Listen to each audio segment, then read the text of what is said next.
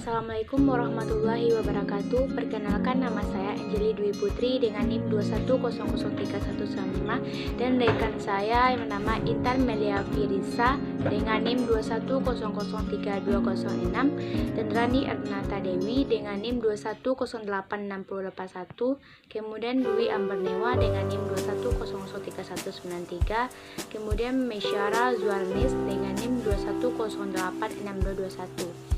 Baiklah, kami di sini akan membahas materi tentang implementasi nilai Pancasila dalam kehidupan sehari-hari.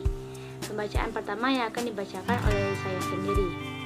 Implementasi nilai yang terkandung dalam Pancasila. Nilai yang terkandung dalam Pancasila akan mengajarkan cara kita berpikir dan bertindak sesuai dengan ideologi negara. Terdapat nilai terkandung dalam 5 sila Pancasila. Sila pertama, ketuhanan yang Maha Esa. Dalam sila pertama, nilai terkandung adalah kita sebagai manusia itu diciptakan oleh Tuhan dan wajib menjalankan perintahnya serta menjauhi segala larangannya. Seluruh warga negara Indonesia berhak memeluk agama yang dipercaya masing-masing dan wajib menjalani apa yang diperintahkan oleh agamanya. Dalam sila ini juga, masyarakat bisa membangun toleransi di antara umat beragama, serta menghargai makhluk ciptaan Tuhan, tidak hanya manusia, seperti hewan, tumbuhan. Hal ini juga akan berguna bagi lingkungan yang terjaga karena kemanusiaan yang memiliki rasa syukur atas kepercayaan kepada penciptanya. Sila kedua, kemanusiaan yang adil dan beradab. Dalam sila kedua ini, nilai terkandung bahwa sebagai manusia kita mempunyai derajat yang sama, sesama manusia di lingkungan masyarakat dan di mata hukum. Pancasila mengandung nilai humanis. Masyarakat Indonesia akan lebih berdamai apabila selalu menerapkan sila kedua ini dalam kehidupannya. Karena sila ini menekankan pada aspek sosial yang memiliki prinsip mencintai sesama manusia, dan manusia memiliki derajat yang sama dimanapun, tanpa melihat agama, suku, ras, budaya, golongan. Sila ketiga, Persatuan Indonesia. Sila ketiga ini mengandung nilai-nilai persatuan. Makna persatuan di sini bahwa Indonesia itu tidak bisa dipecahkan. Seperti yang kita tahu,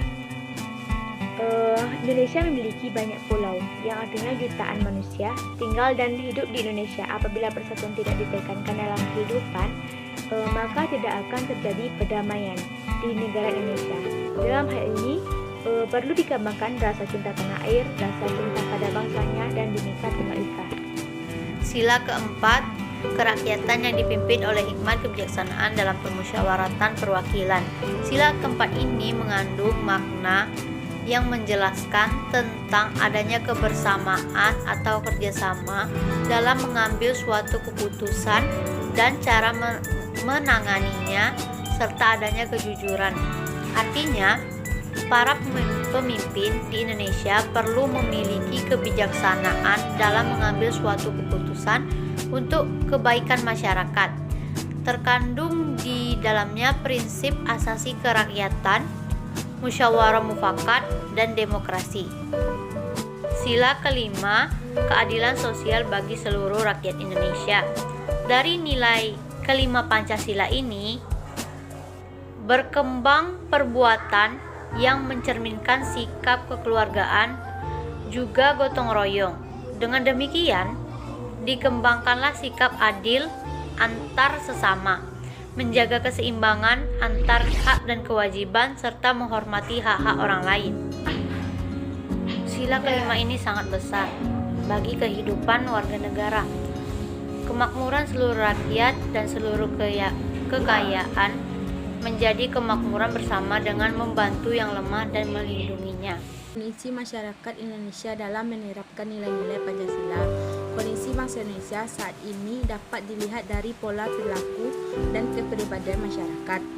yaitu tercermin pada tingkah laku dalam kehidupan sehari-hari, kehidupan masyarakat yang cukup, serius dari masyarakat akibat kemiskinan dan pembodohan dari sistem kolonialisme, imperialisme, dan kapitalisme. Masyarakat Indonesia memiliki peluang untuk mencapai kemakmuran apabila menerapkan sistem humanis dan adil. Dengan demikian, Pancasila ada untuk menggapai kehidupan masyarakat yang adil dan makmur. Adapun perilaku masyarakat yang tidak sesuai dengan nilai-nilai Pancasila. 1. Sila pertama. Kini banyak dijumpai generasi muda yang tidak beriman kepada Tuhan Yang Maha Esa. Mereka tidak memperdulikan kepercayaannya, seperti meninggalkan ibadah dan melanggar peraturan agama dan sebagainya. Sila kedua. Saat ini sering kita temui generasi muda Indonesia yang tidak memanusiakan orang lain sebagaimana mestinya. Mereka lebih mementingkan dirinya sendiri dan atau kepuasan dirinya tanpa memikirkan hak orang lain. Sila ketiga, melunturkan rasa persatuan dan kesatuan yang terjadi kini di Indonesia, menyebabkan berbagai pertengkaran dan keributan yang terjadi di lingkungan masyarakat karena tidak menerapkan sikap persatuan, seperti tawuran, bentrok antar warga atau antar daerah satu dengan daerah lain dan sebagainya.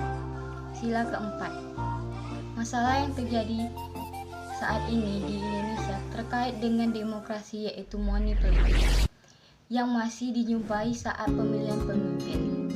Sila kelima, mengenai keadilan. Banyak permasalahan keadilan yang dilakukan oleh masyarakat, terutama orang yang memiliki kepentingan pribadi, seperti dalam dunia hukum. Masih banyak orang yang tidak pandang secara merata, misalnya orang yang tidak bermasalah, namun ia tidak memiliki kekurangan dalam hal keuangan, sulit untuk ia membela diri. Di Indonesia ada Pancasila yang dibuat untuk menjadi landasan atau pedoman dalam berperilaku sebagai warga negara yang baik. Dengan mengikutinya, maka akan tercipta keharmonisan dalam kehidupan bernegara dan berbangsa antara rakyat Indonesia.